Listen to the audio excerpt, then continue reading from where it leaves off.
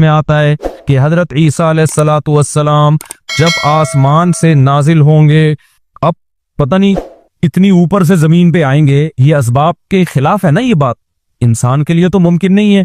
जब आप जमीन के खौल से बाहर जाते हैं ऑक्सीजन ही खत्म हो जाती है, जिंदा रहना मुमकिन नहीं है। लेकिन ईसा अलैहिस्सलाम को अल्लाह ने अपनी कुदरत से जिंदा रखा हुआ है। जब कुर्बे क़यामत में दिमिश्क में ईसा अलैहिस्सलाम आएंगे तो हदीस में आता है कि इमाम महदी शाम में नमाज के लिए खड़े हुए होंगे, असर की नमाज के लिए। मुसल्ले पे मीनार है, उस पे कौन नाजिल होगा? हजरत ईसा अलैहिस्सलाम। तो मीनार से फिर सीढ़ियां लगाई जाएंगी हजरत ईसा के उतरने के लिए। कमाल की बात है, अल्लाह वहां से यहां तक आ गए, थोड़ा सा तो रह गया फासला। छोड़ो यार, तुम लोग किस बन में नहीं आ रहा। अबे सवाल पैदा होता है कि जब उधर से इधर तक आ गए तो थोड़ा सा तो रह गया है ना। अब यहाँ सीढ़ियां क्यों लगाई जा रही हैं? भाई दुनिया क्या है? दारुल अस्बाब है। उधर सीढ़ियों से जाना मुमकिन नहीं था, वो अल्लाह अपनी कुदरत से ही ले गया। ये दुनिया दारुल अस्बाब है, यहाँ पे क्या लगेंगी? सीढ़ियां लगेंगी। वहां से नीचे उतरेंगे, इतने बड़े बड़े पाल होंगे जिनसे पानी बह रहा होगा, क्योंकि हजरत ईसा अलैहिस्सलाम को जब सूली पे लटकाया जा रहा था उस वक्त आपने गुस्ल किया था, तो अल्लाह ने उनकी शक्ल का कोई आदमी कर दिया और ईसा इब्न मरियम को आसमानों पे उसी हाल में उठा ली। और कुर्ब क़यामत में जब नाजिल होंगे तो इसाबतुन तग़ज़ू माई सबनी मरियम, नबी ने फरमाया मेरी उस उम्मत के लिए जन्नत की जमानत है जो ईसा इब्ने मरियम के साथ मिलके जिहाद करेगी। हजरत ईसा ने आते ही क्या करना है? जिहाद करना है। तो और फिर ऐसा जिहाद होगा इम्मल इस्लाम व इम्मल सैफ, या तो इस्लाम है या तलवार है, बीच का कोई रास्ता नहीं है। और दुक़ातिलूनल यहूद, सबसे पहले लड़ाई किससे होगी? यहूद से होगी, ईसा इब्ने मरियम की, क्योंकि यहूद ने आपको कत्ल करने की कोशिश की थी, तो अल्लाह ताला ईसा इब्ने मरियम ही के जरिए उनसे इंतकाम लेंगे। खैर, अब ऐसा ना हो कल वो इमाम मेहदी आ जाए। आजकल मार्केट में इमाम मेहदी के नाम पे मंजन दिख रहा है, हर थोड़े दिन में कोई मेहदी। मेरे वालिद साहब एक वाकया बताया करते थे, हमारी मोहल्ले की मस्जिद में ना एक आदमी बहुत नेक था, इबादत करते करते ना उसकी खोपड़ी घूम गई ऊपर से। बाज़ लोग बहुत ज्यादा इबादत करते हैं, दिमाग खुश्क हो जाता है, खुराक होती नहीं है, हंसी मिजाह की कोई बात ही नहीं होती, तो ऊपर से सेटिंग क्या हो जाती है? आउट। तो उसकी सेटिंग आउट हो गई। बुरा नहीं था वो, मेरे वालिद साहब के पास आया, कहने लगा, मेरे वालिद साहब को लोग हाफिज साहब कहते थे, हाफिज साहब एक बात आपसे करना चाहता हूँ, आप जरा नेक आदमी लग रहे हैं, सिर्फ आपसे करूंगा, किसी और से नहीं। वालिद साहब ने कहा क्या? कहते हैं मुझे ना कुछ इल्हामात हो रहे हैं कि इमाम मेहदी में ही। वालिद साहब हमें ये वाकया सुना रहे थे, कहते हैं कि मैंने उससे कहा कि बस मुझे बता दिया, मेरे अलावा किसी को कतन नहीं बताना, वरना हालात का मैं जिम्मेदार, कोई भी बेल देगा। सही है ना? तो बस ये मुझे बता दिया ना, बस ये हम दोनों के राज की बात है और अल्लाह को पता है, किसी तीसरे को बताने की बिल्कुल भी जरूरत नहीं। फिर वालिद साहब ने उसको बोला भाई तू थोड़ा सा वज़ाइफ ना कम कर दे, थोड़ा सा नॉर्मल लाइफ में आ जाए, इंसान का बच्चा बन जा, तेरी खोपड़ी क्या हो रही है? Setting up. तो बहुत से इमाम मेहदी इस चक्कर में बने हैं, होते नहीं है। तो जब इमाम मेहदी ने आना होगा ना, तो सबसे पहली बात ये कि वो मेहदी होने का दावा नहीं करेंगे, उनको लोग कहेंगे कि आप मेहदी हैं, उनमें अलामतें देख के उलमा उनसे खुद कहेंगे, सारे पीछे पड़ जाएंगे कि आप मेहदी हो। समझते हो कि नहीं समझते हो? तो जो खुद से मेहदी होने का दावा करे वो तो मेहदी हो ही नहीं सकता। और जब इमाम मेहदी होंगे तो ईसा इब्ने मरियम नाजिल होंगे, जिसके दौर में ईसा नाजिल नहीं हो रहे, इसका मतलब वो मेहदी है ही नहीं। तो हदीस में आता है हजरत मेहदी मुसल्ले पे खड़े होंगे, तो हजरत ईसा अलैहिस्सलाम आएंगे, तो वो हजरत मेहदी उनको मुसल्ले पे आगे करेंगे कि आप नमाज पढ़ाएं। लेकिन हजरत ईसा अलैहिस्सलाम किसके हवाले करेंगे मुसल्ला? कि ये नमाज आप ही पढ़ाएंगे। क्यों? मुझे अल्लाह ने नमाज पढ़ाने के लिए नहीं, मुझे किसके लिए भेजा है? जिहाद करने के लिए भेजा है। मैं तलवार लेके लड़ाई करूंगा, याजूज माजूज को कत्ल करेंगे। अब याजूज माजूज कहाँ हैं, इसके बारे में कोई सही बात हमारे इल्म में नहीं है। वैसे भी अगर हमें पता चल जाए कहाँ है तो दरियाफ्त हो जाएंगे ना, और कुरान कहते हैं कुर्ब क़यामत से पहले वो दरियाफ्त बोलो नहीं हो सकते। तो अल्लाह ने छुपा दिया है, उनको छुपा दिया है। तो छुपाया है इसलिए कि पहले ना पता चले किधर है। कुछ लोग कहते हैं ये चाइनीज है, कोई भरोसा नहीं है, वैसे लगता है कि शायद हो, क्योंकि वो जो जुल्करनैन ने दीवार बनाई थी ना, सीसा पिलाई हुई, और पहाड़ों के पीछे धकेल दिया था, और फिर बड़ी तादाद हो गई उनकी, हदीस से पता चलता है शायद वो, लेकिन बहरहाल कोई यकीनी बात नहीं है। तो याजूज माजूज एक बड़ी ताकतवर कौम होगी जिसको हजरत जुल्करनैन ने सूरह कहफ में इसका भी तज़किरा है, पहाड़ों को बंद करके उनको धकेल दिया, कहीं छुपा दिया उनको। तो कुर्ब क़यामत में वो निकलेंगे और फिर दुनिया में तबाही बिछाएंगे, और फिर उनको कौन कत्ल करेगा? हजरत ईसा अलैहिस्सलाम। तो वो अभी नहीं निकलेंगे, जब निकलेंगे तो उनका अभी दरियाफ्त भी नहीं हो सकते वो। बाकी वो कुछ कहते हैं मरीख में है, कुछ कहते हैं कहाँ है, हमें नहीं पता कहाँ है। बहरहाल बज़ाहिर तो लगता है जमीन में ही है, क्योंकि जुल्करनैन जो गए थे मशरिक और मगरिब शुमाल जुनूब का उन्होंने सफर किया, इसी जमीन में किया था सफर। तो वल्लाहु आलम। हमें बस इजमाली तौर पर इन चीजों पे ईमान लाना जरूरी है, इनकी डिटेल हमें बताई नहीं गई है, तो हमें डिटेल में जाने की इजाजत नहीं है। बाकी क़ियास आराइयां होती हैं, सही भी हो सकती हैं, गलत भी हो सकती हैं। अच्छा, तो मैं ये अर्ज कर रहा था कि 309 साल वो सोए हैं। वनुक़ल्लिबुहुम ज़ातल यमीनी व ज़ातश शिमाल, अल्लाह कहते हैं हम उनको पलटते थे, अब इधर को करवट लेके सोचो, अब इधर। वकज़ालिका बअसनाहुम, 309 साल के बाद उनको अल्लाह ने जगाया। पूरी हुकूमत बदल गई, पूरी हुकूमत का तख्ता पलट गया। अब जब 309 साल के बाद उठे हैं तो पेट कमर से चिपका हुआ है, ठीक है ना, भूख लग रही है टाइट वाली। तो क्या कहते हैं, कम लबिस्तुम, पहले आपस में कहने लगे हम कितना सोए हैं, हम कितना सोए। एक ने कहा लबिसना यौमन औ बाद यौम, या तो पूरा दिन सोए हैं, क्योंकि सूरज जब हम सोए थे तो यहाँ था, अब यहाँ है, लेकिन जब यहाँ है तो इसका मतलब पूरा दिन तो नहीं सोए हम, पूरा चक्कर तो हो जाना चाहिए था ना। मिसाल के तौर पर वो सोए थे मगरिब के वक्त और आंख खुल रही है इशराक के वक्त। अब कंफ्यूज हो रहे हैं ना कि यार अगर हम थोड़ा सोए हैं तो ये तो हमें लग रहा है बहुत ज्यादा सोए हैं, 24 घंटे से ज्यादा तो सो नहीं सकता कोई। तो कहने लगे या तो हम पूरा एक दिन सोए हैं या शायद उससे कम सोए हैं। कम सोने पर यह एतराज हो रहा है कि नींद तो बड़ी शानदार तरीके से पूरी हुई है, 4-6 घंटे में ऐसी होती नहीं है। और अगर ज्यादा सोए हैं तो सूरज जब हम सोए थे वो यहाँ था, अब यहाँ है, तो ये तो 24 घंटे भी पूरे नहीं हुए, क्योंकि उनका क्या ख्याल है कि ये 300 दफा पलट के सूरज आ चुका है। जब काफी देर उनकी बहस हुई तो कहने लगे रब्बुकुम आलमु बिकुम, अल्लाह ही जानता है भाई कितना सोए हैं, इस बहस से कोई फायदा नहीं है, अभी तो रोटी की फिक्र करो। फबअसू अहदकुम बिवरिकिकुम, ये सिक्का राइजुल वक्त लेके जाओ और रोटी लेकर आओ। अब देखो यहां भी वो अल्लाह पे तवक्कुल कर सकते थे कि हम जा रहे हैं, पैसे ले जाने की जरूरत नहीं है, हमने अल्लाह के लिए कुर्बानी दी है, खिलाएगा कौन हमें, अल्लाह। ना ना ना भाई, अल्लाह ने कहा है जितने असबाब इख्तियार कर सकते हो करो। तुम एक अजनबी जगह पे जा रहे हो, तुम्हारे पास सिक्के होना, पैसे तो लेके जाओ। अरबों में ना जब जमाने जाहिलियत में हज होता था तो दूर दूर से जो अरब कबीले बैतुल्ला आते थे पैसे नहीं लेके आते थे साथ में, कहते थे कि हम अल्लाह के घर की जियारत के लिए जा रहे हैं, तो खिलाएगा कौन हमें, अल्लाह, हम पैसे नहीं लेके जाएंगे। ये तो तवक्कुल के खिलाफ है यार, अल्लाह के मेहमान। वो मिसाल ऐसे देते थे जैसे आप अपनी नानी के जा रहे हो और अपनी खाना साथ लेके जा रहे हो, तो नानी को गुस्सा आएगा ना, बेटा मैंने तेरी दावत की है तो खिलाऊंगी कौन, मैं खिलाऊंगी तुझे, तू अपने साथ खाना क्यों लेकर आया है। तो कहते थे जब हम किसी के मेहमान होते हैं तो खाना साथ नहीं लेके जाते, मेजबान का काम है, तो हम अल्लाह के घर पे जा रहे हैं, हम पैसे लेके नहीं जाएंगे, अल्लाह पे तवक्कुल करेंगे। जब पैसे खत्म होते ना तो भीख मांग रहे, तो भाई को अल्लाह के नाम पे कुछ खाना दे दे यार, कोई तो रोटी दे दे। भाई जब पैसे खत्म होते तो क्या करते यार, कहीं से जुगाड़, फिर चोरियां चुकारियां शुरू कर देते। तो कुरान में अल्लाह ने आयत ने नाजिल की, वतज़व्वदू, जब हज के लिए जाओ तो ज़ादे राह लेके जाओ, पैसे लेके जाओ। क्यों, फ़इन्न खैरज़्ज़ादि तक़वा, सबसे बेहतरीन ज़ादे राह तक़वा है, वो तवक्कुल जो तुम्हें भिखारी बना दे, गुनहगार, क्योंकि भिखारीपन ये तक़वा के खिलाफ है। तो पहले तक़वा की फिक्र करो कि लोगों के सामने हाथ ना फैलाने पड़े।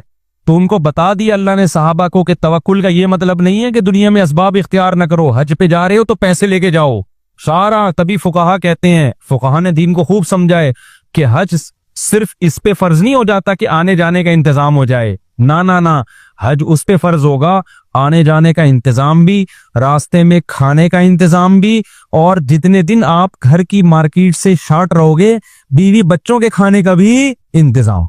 आपका हज का आ गया भाई, आपने कहा मेरा जहाज का टिकट भी हो गया, होटल का किराया भी हो गया, खाने पीने का इंतजाम भी हो गया, निकल गए 40 दिन के लिए। बच्चे कह रहे हैं अब्बा मार्केट से क्या हो गया, अप्पा हम क्या खाएं यहाँ पे, तो अप्पा कह रहा है बेटा मेरे लिए चूंकि आने जाने का प्रॉपर इंतजाम हो गया था तो मुझ पे हज फर्ज हो गया है, क्योंकि अल्लाह ने कहा है जिसमें इस्तिताअत है हज फर्ज है, तो मुझ में इस्तिताअत हज फर्ज है।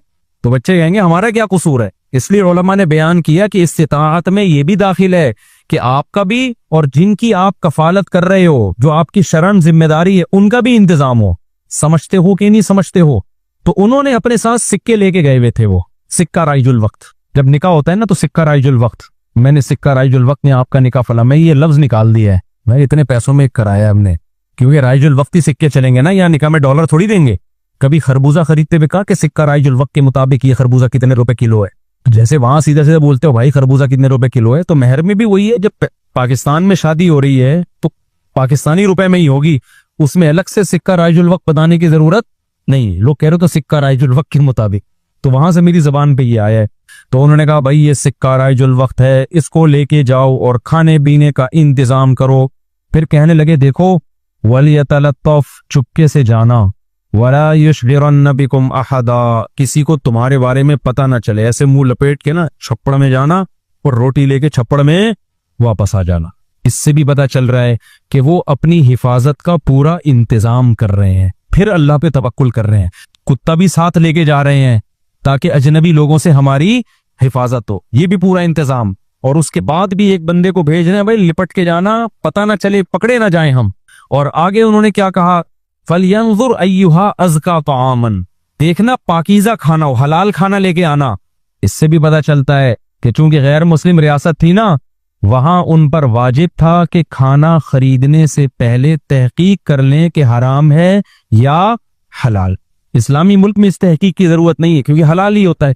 यहां आप होटल में बैठ के पूछें ये गधे का गोश्त है या बकरे का गोश्त है, वो रख के एक थप्पड़ लगाएगा।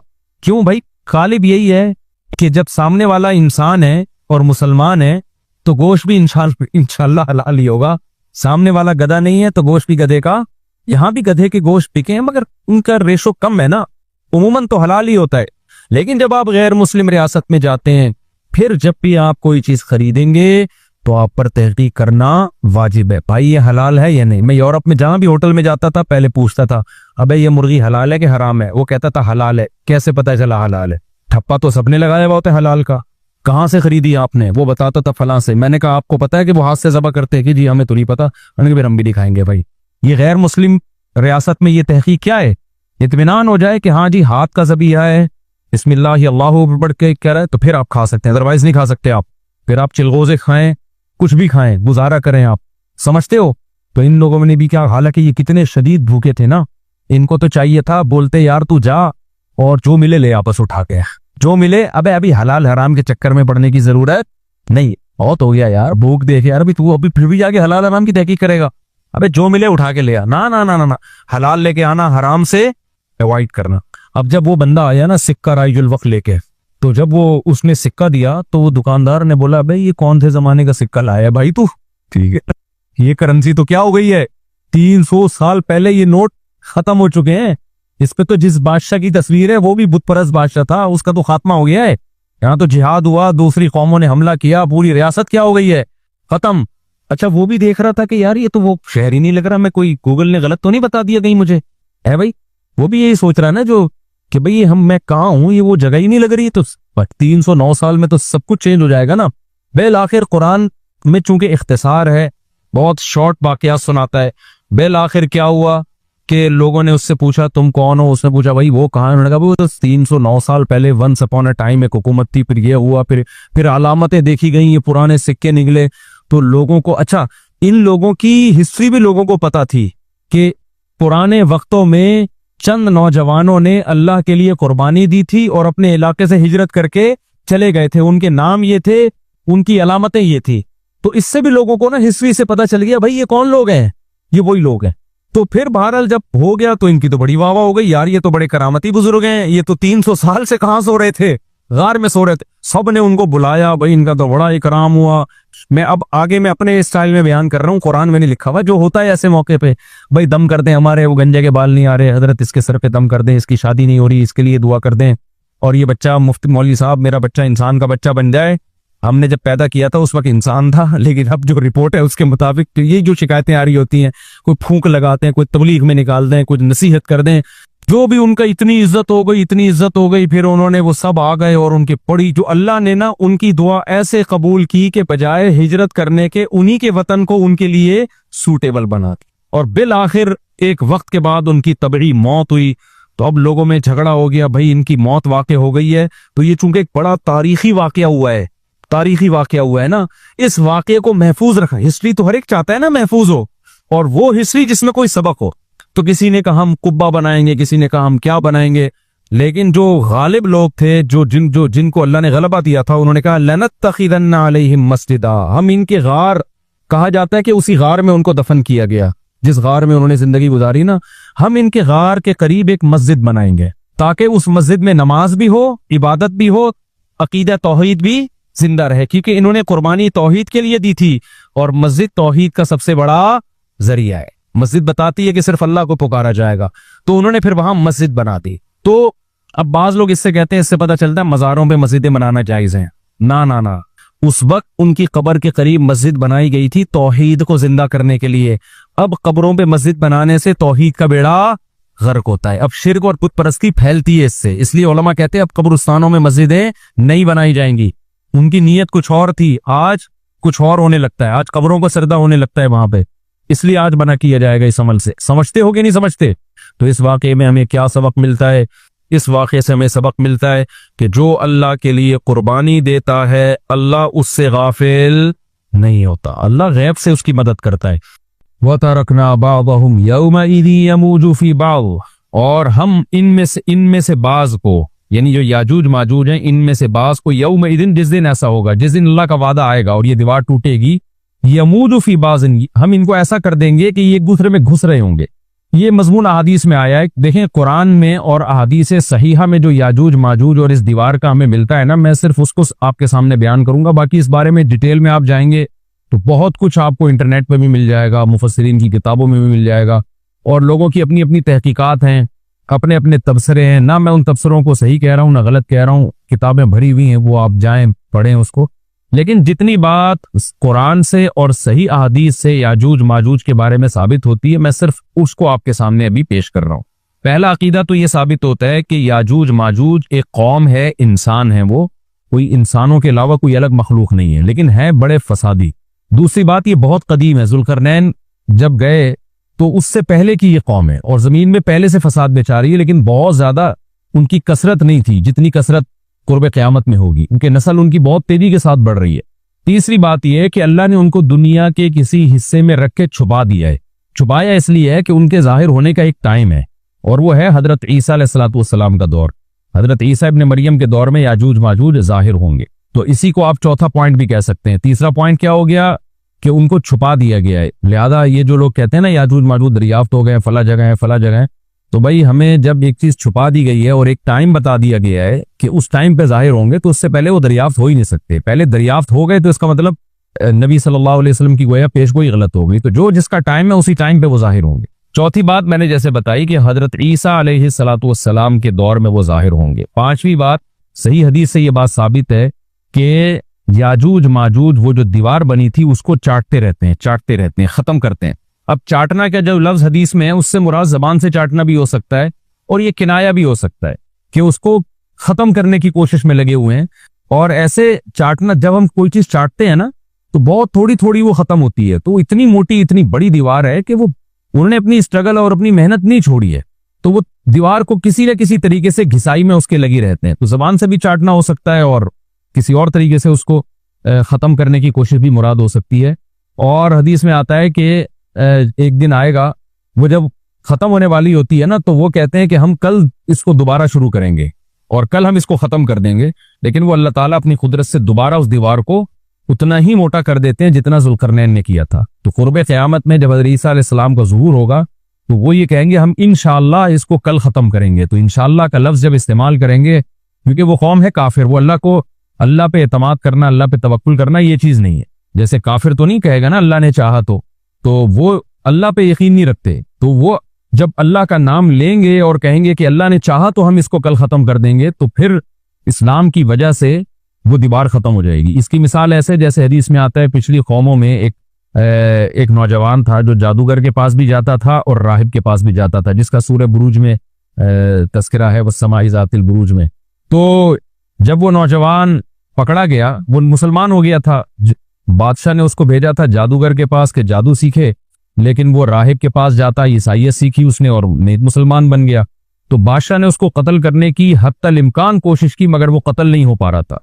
बादशाह उसने उसको पहाड़ पे भेजा अपने सिपाहियों को लेके कि पहाड़ से ले जाके इसको गिरा दो, लेकिन अल्लाह ने मदद की कि वो सिपाही गिर गए, ये बच गया। बादशाह ने हुक्म दिया इसको समंदर में ले जाके गर्क कर दो, वो सारे सिपाही गर्क हो गए, ये बच गया। तो किसी भी तरह से इसकी कत्ल की कोशिशें कामयाब नहीं हो रही थी। तो इसने बादशाह से कहा कि तू अगर मुझे कत्ल करना चाहता है ना, तो चौक पे खड़ा करके तीर मुझे मार और कहे कि बिस्मिल्लाही व रब्बी हादल गुलाम, इस नौजवान के रब के नाम से मैं इसको कत्ल करता हूं। तो अल्लाह का नाम लेके मुझे मारेगा तो मैं कत्ल हो जाऊंगा। नौजवान ये कुर्बानी इसलिए दे रहा था कि बादशाह जब पूरी पब्लिक के सामने अल्लाह का नाम लेगा तो लोगों को यकीन आ जाएगा कि भाई अल्लाह का नाम लेने से तो काम हो गया, और अल्लाह का नाम लिए बगैर काम नहीं हो रहा था। तो जो बादशाह अल्लाह को मानता नहीं था, आज उसको भी अल्लाह का नाम लेना पड़ा है। तो नौजवान ने ये कुर्बानी इसलिए दी कि बादशाह जब अल्लाह का नाम लेगा लोगों को अल्लाह की ज़ात पे यकीन आएगा और लोग मुसलमान हो जाएंगे, ईसाइयत को कबूल कर लेंगे। तो उस नौजवान ने ये कुर्बानी दी और बादशाह ने अल्लाह का नाम लेके जब तीर मारा तो वो नौजवान शहीद हो गया। और लेकिन पूरा मुल्क मुसलमान हो गया, ईसाइयत कबूल कर ली।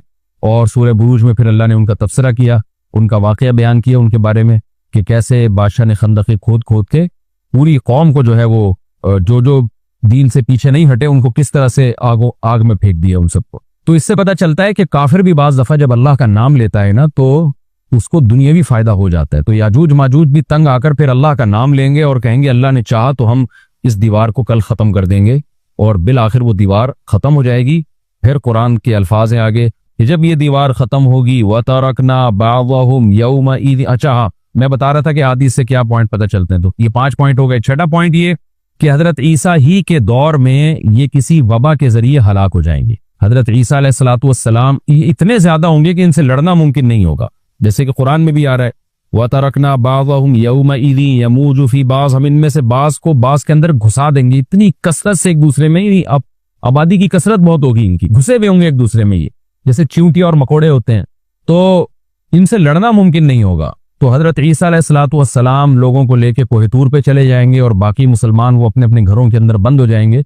और फिर अल्लाह की तरफ से एक वबा आएगी और उस वबा में ये सारे के सारे हलाक हो जाएंगे। और फिर जब हलाक हो जाएंगे तो इतनी ज्यादा इनकी लाशें जमीन पे होंगी, इतनी ज्यादा कि इंसानी आबादी इनकी लाशों से मुताफिन होना और बीमार होना शुरू हो जाएगी। इनकी लाशों से बदबू उठेगी और जाहिर है इंसान होंगे ये, तो उसकी वजह से जो जमीन का माहौल खराब होगा। फिर हजरत ईसा अलैहिस्सलातु वस्सलाम अल्लाह से दुआ मांगेंगे कि अल्लाह ताला इनको किसी तरह ठिकाने लगाए, कोई इंतजाम करे। फिर हदीस में आते हैं बारिशें होंगी और सैलाब आएंगे और उनकी लाशें बह बह के पानियों में जाके, समुद्रों में जाके खत्म हो जाएंगी। अल्लाह ताला उनको इस तरह से ठिकाने लगाएगा। तो ये यहाँ तक जितने भी मज़ामीन हैं ये सही हदीस से साबित है। तो कुरान कहता है व तरकना बाज़हुम यौमइज़ यमूजु फी बाज़, हम इनमें से बाज़ को बाज़ में छोड़ देंगे, बहुत कसरत होगी। व नुफ़िख़ फ़िस्सूर, और फिर सूर फूका जाएगा। कुरान में तो ये कि सूर फूका जाएगा, ऐसे लग रहा है जैसे फौरन फूका जाएगा, मगर अहादीस में तफसीर है कि फौरन नहीं फूका जाएगा। याजूज माजूज क़यामत की निशानियों में से एक बहुत बड़ी निशानी होगी, यानी इस बात की अलामत होगी कि अब क़यामत बहुत करीब है। तो हजरत ईसा इब्न मरियम अलैहिस्सलाम जब नाजिल होंगे, मैं थोड़ी सी तरतीब बयान कर देता हूँ कि जो आज क्योंकि बात याजूज माजूज की चल रही है तो उससे मुंसलिक जो वाक़यात हैं जो उस दौर में होंगे वो भी मैं इसी लेक्चर के ज़मन में बयान कर देता हूँ। हमें सही हदीस से ये पता चलता है, कि क़ुर्ब क़यामत में जब मुसलमान बहुत कसमा पुरसी में होंगे तो खुरासान से लश्कर उठेगा। खुरासान ये अफगानिस्तान और ईरान का हिस्सा, इस इलाके को नबी सल्लल्लाहु अलैहि वसल्लम के दौर में खुरासान कहा जाता है, जिसमें कंधार भी आता है, ईरान का भी हिस्सा आता है इसमें।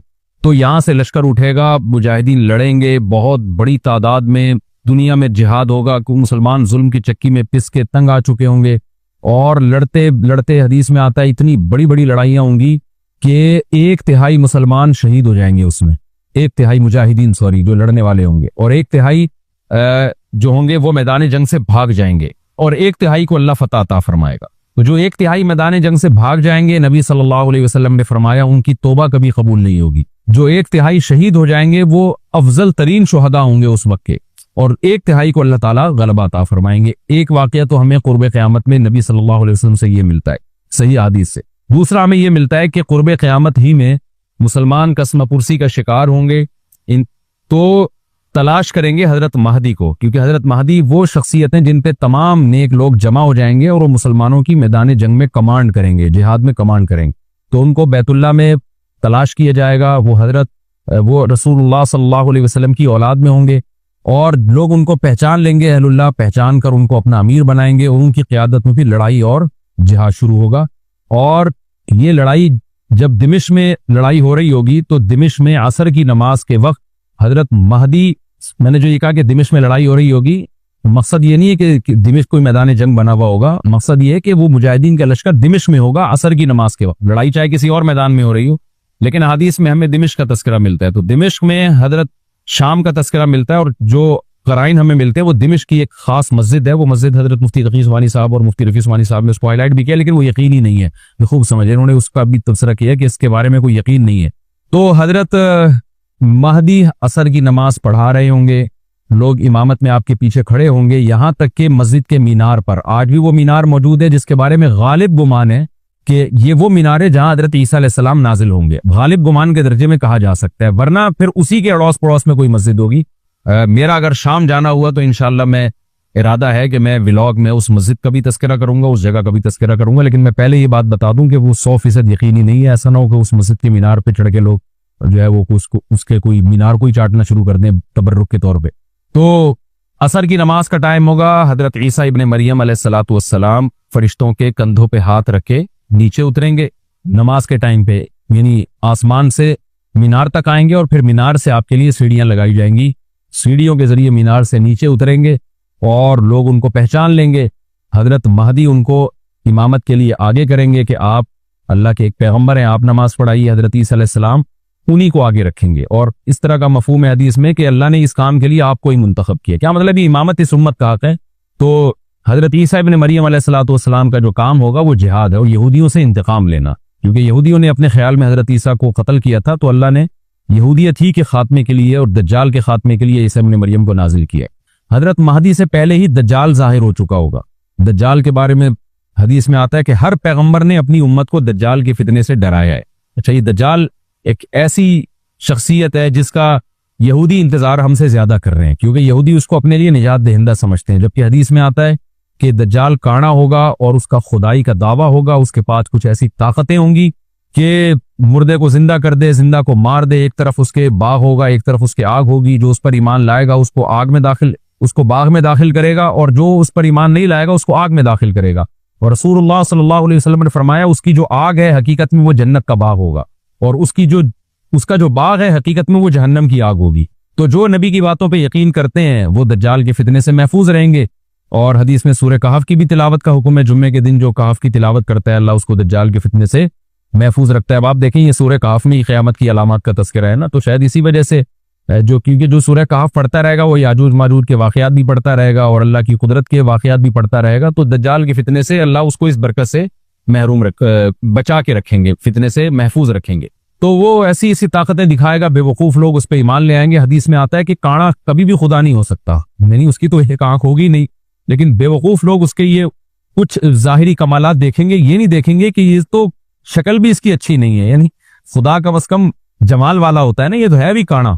और उसके बड़ा बड़ा काफिर भी लिखा हुआ होगा वाज़े तौर पर, जिससे पता चलेगा। लेकिन अहमक और बेवकूफ लोग जैसे रूहानी आमिल को कुछ शोबदे देखकर उन पे से मुतासिर हो जाते हैं ना, रूहानी आमिलों के शोबदे देख के, तो ऐसे ही दज्जाल के शोबदे देख के मुतासिर होंगे। तो बहुत लोगों को, खलकत को, बहुत बड़ी उम्मत को गुमराह करेगा दज्जाल। अहलुल्लाह को अल्लाह ताला उसके फितने से महफूज रखेगा। फिर हजरत ईसा इब्ने मरियम जब नाजिल होंगे तो वो दज्जाल को कत्ल करेंगे। हदीस में आता है कि नेज़े के जरिए घोड़े पे बैठ के कत्ल करेंगे। उलमा ने इस हदीस का दो मतलब बयान किए हैं कि या तो इसका मतलब यही है कि वाकई घोड़े पे बैठेंगे, नेज़ा इस्तेमाल करेंगे और जमीन जो है वो इतनी पहले उससे जंगें हो चुकी होंगी कि लोग दोबारा तलवारों घोड़ों की तरफ आ जाएंगे। इस बात का इम्कान है, हर मुल्क एटमी ताकत बन चुका है। तो अगर ये एटम बम सारे मुल्क आपस में चला दें तो हम दोबारा गधे घोड़ों वाली जिंदगी पर आ जाएंगे। टेक्नोलॉजी सारी तबाह बर्बाद हो जाएगी, इंसान की तरक्की। तो इस बात का भी इम्कान है कि कोई इससे पहले हो सकता है कोई ऐसी जंग अजीम हो कि इंसानियत दोबारा पहाड़ों पत्थरों के दौर में आ जाए। लेकिन जाहिर ये मालूम होता है कि रसूलुल्लाह सल्लल्लाहु अलैहि वसल्लम ने जो कलाम किया है, जाहिर है उस दौर के लिहाज से जो लोगों के जहां तक जो लोगों की मेंटल अप्रोच है वहां तक, तो नबी सल्लल्लाहु अलैहि वसल्लम मिसाइल या और टैंकों का तस्करा करते तो क्या समझ में आता। तो घोड़े से मुराद है जो उस जमाने का घोड़ा होगा और नेज़े से मुराद है उस जमाने का जो असलहा होगा, क्योंकि नेज़ा नबी के दौर का एक मुनासिब असलहा था और घोड़ा नबी के दौर की मैदान जंग की एक मुनासिब सवारी थी। तो इससे ये भी पता चलता है कि हो सकता है ईसा इब्ने मरियम नेज़े के बजाय क्लाशनकोफ का इस्तेमाल कर लें। तो यानी वो नेज़ा जो है वो उस क्लाशनकोफ की या जो भी असलहा उस वक्त हजरत ईसा इब्ने मरियम इस्तेमाल करेंगे उसकी एक ताबीर है। तो इसका भी पूरा इम्कान है। तो हमें बहरहाल इतना ईमान हमारे लिए जरूरी है कि दज्जाल को कत्ल करने वाली जो जात है, जो शख्सियत है, वो ईसा इब्ने मरियम अलैहिस्सलातु वस्सलाम, हजरत ईसा के जरिए अल्लाह ताला दज्जाल को कत्ल करेंगे और हजरत ईसा की क़यादत में जबरदस्त जिहाद होगा। हदीस में आता है कि ईसा इब्ने मरियम इस दुनिया को अमन से भर देंगे, इतना अमन हो जाएगा और इतनी माली फरावानी होगी, इतनी माली, क्योंकि दुनिया में माल बहुत है, डिस्ट्रीब्यूशन सही नहीं है, जो तकसीम है ना माल की वो जालिमाना है, जिसकी वजह से गरीब से गरीब तर है, अमीर से अमीर तर है। हजरत ईसा इब्ने मरियम ऐसा निजाम कायम करेंगे कि जिससे माल की सही तकसीम और लोग उठेंगे, ज़कात का मुस्तहिक तलाश करेंगे और लोगों को ज़कात का मुस्तहिक नजर नहीं आएगा। गरीब तलाश करना मुश्किल हो जाएगा। यानी एक आदमी, हदीस के मफहूम है कि ज़कात लेके घूमता रहेगा और उसको कोई गरीब नहीं मिलेगा, इतनी माली फरावानी हो जाएगी। फिर तिरमिज़ी की रिवायत में आता है कि अल्लाह की तरफ से बरकतें ऐसी नाजिल होंगी कि बड़े बड़े अनार पैदा होंगे, बड़े बड़े अंगूर पैदा होंगे, जमीन अपनी बरकतें खोल देगी। और हजरत ईसा अलैहिस्सलाम खिंजीर को भी दुनिया से खत्म कर देंगे, खिंजीर की नस्ल को खत्म कर दिया जाएगा। वयज़ाउल जिज़िया, और जिज़िया का निजाम खत्म। इम्मल इस्लाम व इम्मत सैफ, या तो तलवार या इस्लाम, इसके अलावा नहीं। तो नबी सल्लल्लाहु अलैहि वसल्लम को अल्लाह ने जिस मकसद के लिए दुनिया में भेजा था, उस मकसद की जो तकमील है वो ईसा इब्ने मरियम के जरिए। बाकी इसमें हिकमतें क्या हैं, इस पर मेरे अलग से बयानात मौजूद हैं कि अल्लाह ने हजरत ईसा इब्ने मरियम का इंतखाब क्यों किया इस काम की तकमील के लिए, इसी उम्मत में कोई क्यों मुंतखब नहीं कर लिया, या ये कि पैगंबर सल्लल्लाहु अलैहि वसल्लम ही के जरिए पूरी दुनिया में इस्लाम को गालिब कर दिया जाता, इसमें क्या हिकमतें हैं, इस पर मेरे अलग से बयानात मौजूद हैं। अभी तो मैं कोशिश करता हूँ कि तफसीर से मैं जो टू द पॉइंट बात है उससे यहाँ इस लेक्चर में ना हटूं। तो उसी वक्त हजरत ईसा इब्ने मरियम उसको याजूज माजूज को कत्ल करेंगे और दुनिया इंसाफ से भर जाएगी। और अल्लाह ताला ने जो पैगंबरों को दुनिया में भेजा था उसका मकसद कैफियत और कमियत दोनों लिहाज से हासिल हो जाएगा। उसके बाद फिर आहिस्ता आहिस्ता दुनिया में जवाल शुरू होगा, और फिर जब पूरी दुनिया के लोग जवाल का शिकार होते होते कुफर की तरफ जाएंगे, गुनाहों की तरफ। और हदीस में आता है जब तक एक शख्स भी अल्लाह का नाम लेने वाला होगा इस दुनिया पर क़यामत नहीं आएगी, यहां तक कि आखिरी शख्स दुनिया से उठेगा जो अल्लाह का नाम लिया करता था। उसके बाद अल्लाह ताला सूर फूकेंगे, जिब्रील को हुक्म देंगे सूर फूकने का, और इस दुनिया को तबाह बर्बाद कर दिया जाएगा। तो आगे कुरान कहता है वनुफिखा फिस्सूर, और फिर सूर में फूका जाएगा। फजमअनाहुम जमआ, फिर हम इन तमाम इंसानों को जमा कर देंगे। वअरज़ना जहन्नमा यौमइज़िन लिलकाफिरीन अर्ज़ा, और क़यामत के दिन हम जहन्नम को यौमइज़िन, जिस दिन ऐसा होगा यानी जिस दिन सूर फूका जाएगा, ये दूसरा सूर मुराद है, लिलकाफिरीन अर्ज़ा, काफिरों के सामने पेश कर देंगे। अल्लज़ीना कानत अयुनुहुम फी ग़िताइन अन ज़िक्री, ये वो लोग हैं जिनकी आंखें मेरी याद से पर्दे में पड़ी हुई थी, यानी मेरी याद की चीजें उनको नजर ही नहीं आती थी, गफलत में पड़ी हुई थी जिनकी आंखें। वकानु ला यस्ततीऊन समआ, और ये सुनने की सलाहियत भी नहीं रखते थे, ना हक बात सुनते थे ना हक देखते थे, बस अपने ख्वाहिशात की जो चीजें हैं वो इनको अच्छी लगती थी और वही इनको समझ में आती थी। तो ये हमारा रुकू अल्हम्दुलिल्लाह कंप्लीट हो गया। इस रुकू में हमें बहुत सारे असबाक मिलते हैं, मैं नंबरवार उसको मुख्तसरन बयान कर देता हूँ। पहली बात तो ये कि देखें अल्लाह ताला ने कैसे कैसे बादशाह दुनिया में भेजे और कितने पावरफुल बादशाह। हज़रत ज़ुल्करनैन का नाम ही करन वाला, दो किनारों वाला, जमीन के बहुत बड़े हिस्से को हज़रत ज़ुल्करनैन ने फतह किया। और अल्लाह के नेक बंदे कैसे अल्लाह के रास्ते में लड़ते रहे हैं। तो ये जो लोग बैठ जाते हैं ना बस इबादत करो और लड़ाई वड़ाई इस्लाम में है ही नहीं, ये दुनिया में कोई भी अक्लमंद इस नजरिए का हामी नहीं होगा। तो ताकत और कुव्वत की इस्लाम में बहुत ज्यादा अहमियत है। इससे हमें ये भी पता चलता है कि अपने मुल्क की, खास तौर पर इस्लामी मुल्क की जो फौजी कुव्वतें हैं, जो फौजी ताकतें हैं, उनकी हमें कदर करनी चाहिए। क्योंकि अगर कोई भी मुल्क अस्करी लिहाज से कमजोर हो जाए, क्योंकि अल्लाह ताला तो जो अस्करी लिहाज से ताकतवर कौमें थी अल्लाह ने उनका कितना तस्करा किया, हाँ वो अल्लाह के बागी ना हो। तो इस्लामी मुल्क में कोई भी इस्लामी कंट्री है, चाहे सऊदी अरब है, चाहे पाकिस्तान है, चाहे तुर्की है, कोई भी इस्लामी कंट्री है, उसकी फौज की कदर करनी चाहिए, क्योंकि उसी की वजह से मुल्क का बॉर्डर महफूज होता है। अगर मुसलमान अस्करी लिहाज से कमजोर होना शुरू हो जाए तो काफिर हमें गाजर मूली की तरह काटना शुरू कर दें, इस्लाम दुश्मन कुव्वतें हमें खा जाएं, खत्म कर दें हमें खा के। तो नेक कुव्वतों को अपनी बका के लिए हमेशा से एक असलहे की और ताकत की जरूरत रहती है। इसकी अहमियत इस्लाम में बहुत ज्यादा है।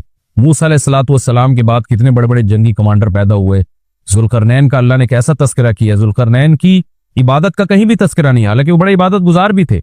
दाऊद अलैहिस्सलाम की इबादत का तस्करा भी है, उनकी तलवार और ताकत का तस्करा भी है। तो अल्लाह ताला जहां इबादत का तस्करा करते हैं तो ताकत और कुव्वत का भी तस्करा करते हैं। इससे अस्करी लिहाज से अपने आप को मजबूत करने की अहमियत का हमें पता चलता है कि इस्लाम में इसकी बड़ी अहमियत है। किसी भी इस्लामी मुल्क की फौज का मोराल किसी भी लिहाज से डाउन नहीं होना चाहिए, और अस्करी लिहाज से वो किसी भी लिहाज से कमजोर नहीं होनी चाहिए। और उसको चाहिए कि आइदु लहुम मस्ततातुम मिन कुव्वा पर अमल करे, कि कुरान कह रहा है रोज बरोज अपनी ताकत और कुव्वत में इजाफा करने की कोशिश करो। इससे मुस्लिम कौम को कभी भी गाफिल नहीं होना चाहिए, और कोई भी ऐसा काम जिससे मुसलमान कुव्वतें और ताकतें कमजोर होना शुरू हो जाएं, इस काम से हमें बचना चाहिए। दूसरी बात हमें ये पता चली कि अल्लाह ताला ने अहले इस्लाम के जिम्मे पूरी दुनिया की जिम्मेदारी लगाई है, किसी एक मुल्क की नहीं। जितने भी पैगंबर आए हैं, जब वो दुनिया फतह करना शुरू की है तो कहीं रुके नहीं है वो कि भाई यहां तक, इससे आगे नहीं जाना। उनकी सलाहियत ही खत्म हो गई हो, वसाइल ही खत्म हो गए हो तो अलग बात है। तो पूरी दुनिया है जिसमें अल्लाह के दीन को गालिब करना है। अब उसका तरीका क्या होगा, जाहिर है जो जिस जमाने में सूटेबल तरीका हो वो इख्तियार किया जाएगा। तो हज़रत ज़ुल्करनैन पहले इंतहाई मशरिक की तरफ गए हैं, जहां सूरज निकलता है, तो वहां से जहां से आबादी शुरू हो रही है, और उनका ख्याल था कि अब आगे आबादी नहीं है, तो फिर जाके स्टॉप किया है। मगरिब में भी ऐसे ही, शुमाल में भी ऐसे ही। तो हमें जब देखते हैं कि जब सहाबा कराम ने दुनिया फतह करना शुरू की है, तो हमें मुसलमान कमांडरों में भी ऐसे वाकयात मिलते हैं कि वो इलाके फतह करते करते समंदर के किनारे पहुंचे और उन्होंने समंदर को देख के कहा कि तेरे आगे भी आबादी होती ना तो हम अल्लाह का कलमा वहां भी बुलंद करते। ये दौर था मुसलमानों का, और ये ईसा इब्न मरियम दोबारा फिर वही करेंगे, पूरी दुनिया को फतह करेंगे। तो हज़रत ज़ुल्करनैन के इस वाक़े से पता चलता है कि पूरी दुनिया की जिम्मेदारी अल्लाह ने हमेशा से अहलुल्लाह पे लगाई है, और वो पूरी दुनिया में अल्लाह के दीन को गालिब करने की कोशिश में हमेशा से लगे रहे हैं। तीसरी बात हमें पता चलती है कि असबाब और वसाइल की अहमियत। हज़रत ज़ुल्करनैन ने जब इतना जबर पहाड़ों के बीच में इतना यानी लोहे की प्लेटें लगा के, तांबा पिघला के आहनी दीवार बनाई है, तो खुश हुए, हादा रहमतुम मिर रब्बी, ये मेरे रब की रहमत है। तभी तो अल्लाह का शुक्र अदा किया ना, खुशी पे शुक्र अदा किया जाता है। तो इससे ये भी पता चलता है कि साइंस और टेक्नोलॉजी, देखें ये काम टेक्नोलॉजी के बगैर मुमकिन नहीं था। तभी तो उस कौम ने कहा ना ज़ुल्करनैन से कि हम पैसे आपको देंगे, लेकिन हमारे पास वो वसाइल नहीं है, वो टेक्नोलॉजी नहीं है हमारे पास। और बज़ाहिर ऐसा लगता है कि इनके पास लोहा भी था, तांबा भी था, क्योंकि हज़रत ज़ुल्करनैन अब ये तो नहीं है ना कि जमीन के मशरिक की तरफ दोबारा लोहा जमा करने गए हों, तो वहीं से जो कुछ होगा निकाला होगा। तो वसाइल इस कौम के पास थे, टेक्नोलॉजी नहीं थी कि उस लोहे को और उस तांबे को पिघला के दोनों पहाड़ों के बीच में प्लेटें कैसे बनानी है और इनको कैसे उनके बीच में तांबा करके कहानी दीवार बनाई, ये टेक्नोलॉजी इनके पास नहीं थी। तो इससे हमें टेक्नोलॉजी की वैल्यू का भी पता चलता है। आज मुसलमान इसमें भी बहुत पीछे चले जा रहे हैं और इसको मजहब समझना शुरू कर दिया है, ये बात भी गलत है। हज़रत ज़ुल्करनैन ने इतनी ताकत और क़ुव्वत का इस्तेमाल किया और इतने जबरदस्त तरीके से उस वक्त जो भी उस सूटेबल टेक्नोलॉजी थी उसका इस्तेमाल करके दो पहाड़ों के बीच के रास्ते को बंद कर दिया, और इस पे खुशी मनाई है ज़ुल्करनैन ने। ये नहीं कहा कि भाई इससे कुछ भी नहीं होता, असल में तो बस इंसान को चाहिए कि वो अल्लाह अल्लाह किया करे बैठ के, और ये क्या अल्लाह से बस मदद मांगो, अल्लाह ही। याजूज माजूज के बारे में उनको कह देते हैं ज़ुल्करनैन के, तुम सब रात को तहज्जुद में उठ के दुआएं मांगो, अल्लाह याजूज माजूज से तुम्हें बचा लेगा। ना ना ना, हज़रत ज़ुल्करनैन ने कहा दुआएं भी मांगो, यकीनन हुक्म दिया होगा दुआएं मांगने का, लेकिन हम पूरे असबाब और वसाइल इस्तेमाल करेंगे, लोहे की प्लेटें बनाएंगे, तांबे को पिघलाएंगे, ऊपर चढ़ाएंगे और इस तरह से पूरी मजबूत दीवार बनाएंगे। आज मुसलमान हाथ पे हाथ रख के बैठ गया है और वजीफों में और जो है बस वो चंद सुबह शाम के वजीफे पढ़ के वो समझता है कि सारी दुनिया के सारे मसाइल का हल इससे हो जाएगा। ऐसा नहीं है, आपको बहुत ज्यादा तरक्की करनी है, बहुत ज्यादा असबाब व वसाइल में आपको गैर मुस्लिमों से आगे निकलना है। जैसे कि कुर्रे ऊला का मुसलमान निकला था, तभी अल्लाह ने उसके लिए दुनिया में फुतुहात के दरवाजे खोले थे। तो अल्लाह हमारे लिए फुतुहात के दरवाजे जब ही खोलेगा जब हम इबादत के साथ साथ साइंस और टेक्नोलॉजी के मैदान में भी आगे बढ़ने की कोशिश करें। और हमें कुर्ब क़यामत की अलामतें भी इस रुकू में पता चलती हैं।